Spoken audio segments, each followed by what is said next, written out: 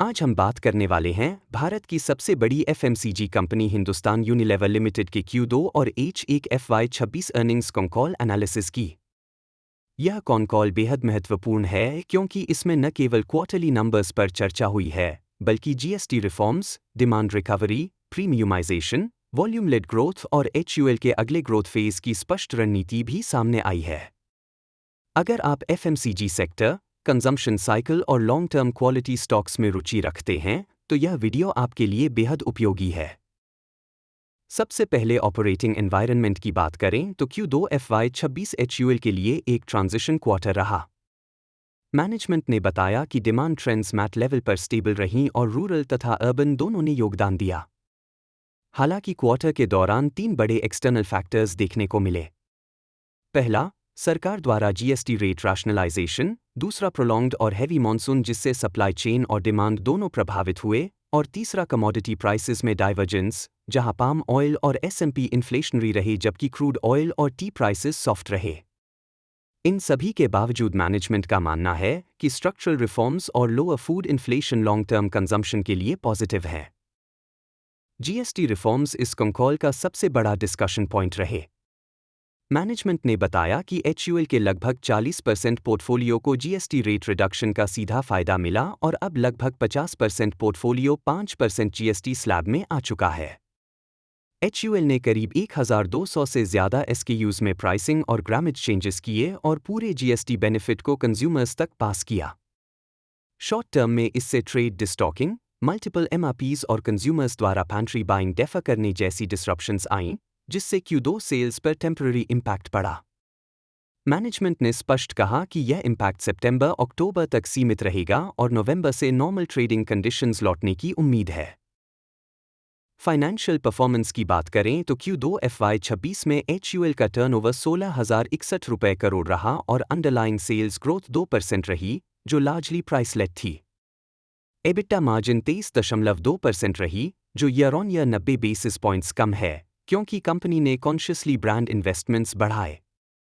PAT before exceptional items 4% घटा, जबकि tax settlement से वन ऑफ बेनिफिट के कारण रिपोर्टेड पैट 4% बढ़ा। H1 FY26 में USD 3% रही, जिसमें 2% अंडरलाइंग वॉल्यूम ग्रोथ शामिल है। EBITDA मार्जिन 23% रही, जो मैनेजमेंट गाइडेंस के अनुरूप है। सेगमेंट वाइज देखें तो होम केयर ने mid single digit volume growth deliver किया, हालांकि प्रायर प्राइस कट्स के कारण USG फ्लैट रही। Fabric wash liquids, fabric conditioners और हाउस होल्ड केयर लिक्विड्स ने strong double digit volume growth दिखाई।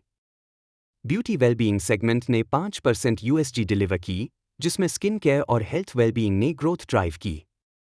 हेयर केयर जीएसटी ट्रांजिशन के कारण टर्नओवर डिक्लाइन में रही, लेकिन मार्केट लीडरशिप और शेयर गेन्स जारी रहे। पर्सनल केयर सेगमेंट में जीएसटी ट्रांजिशन का शॉर्ट टर्म असर दिखा, लेकिन प्रीमियम सोप्स में डबल डिजिट ग्रोथ एक बड़ा पॉजिटिव रहा। डव रीलॉन्च के बाद पियर्स और लक्स इंटरनेशनल रेंज का एक्सपेंशन प्रीमियमाइजेशन स्ट्रैटेजी को मजबूत करता है। स्किन क्लेंजिंग में ओवरऑल टर्नओवर फ्लैट रहा, लेकिन प्रीमियम सोप्स और वैल्यू एडेड ऑफरिंग्स ने कैटेगरी को सपोर्ट किया। फूड सेगमेंट में USG 3% रही।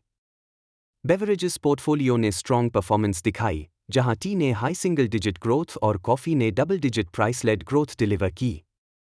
न्यूट्रिशन और हेल्थ पोर्टफोलियो में अर्ली ग्रीन शूट्स दिखे, खासकर हॉर्लिक्स और बूस्ट के नए प्रोटीन फोकस्ड लॉन्चेस के साथ।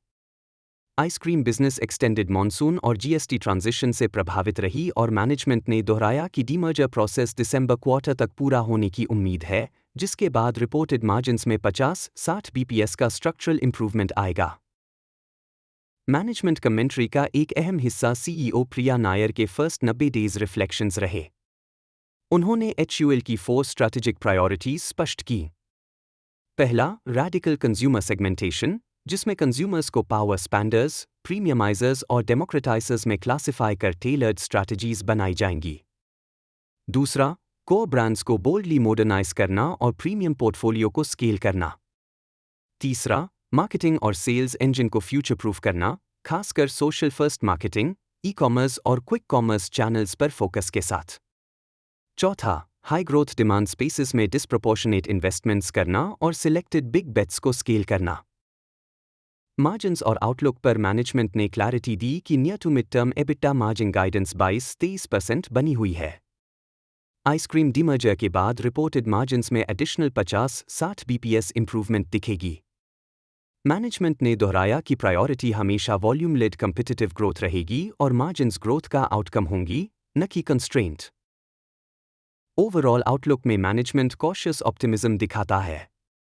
H2 FY26 को H1 से बेहतर बताया गया है। जीएसटी डिसरप्शंस खत्म होने, मैक्रो टेलविंड्स, इनोवेशन पाइपलाइन और सस्टेन्ड इन्वेस्टमेंट्स के दम पर वॉल्यूम ग्रोथ में इंप्रूवमेंट की उम्मीद जताई गई है।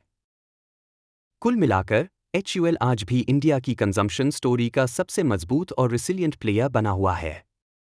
शॉर्ट टर्म वॉलेटिलिटी के बावजूद कंपनी का focus long term value creation, volume led growth और प्रीमियमाइजेशन पर स्पष्ट है, जो इसे लॉन्ग टर्म इन्वेस्टर्स के लिए एक कोर पोर्टफोलियो स्टॉक बनाता है।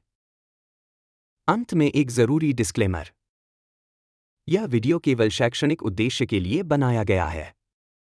इसमें दी गई जानकारी किसी भी प्रकार की निवेश सलाह नहीं है।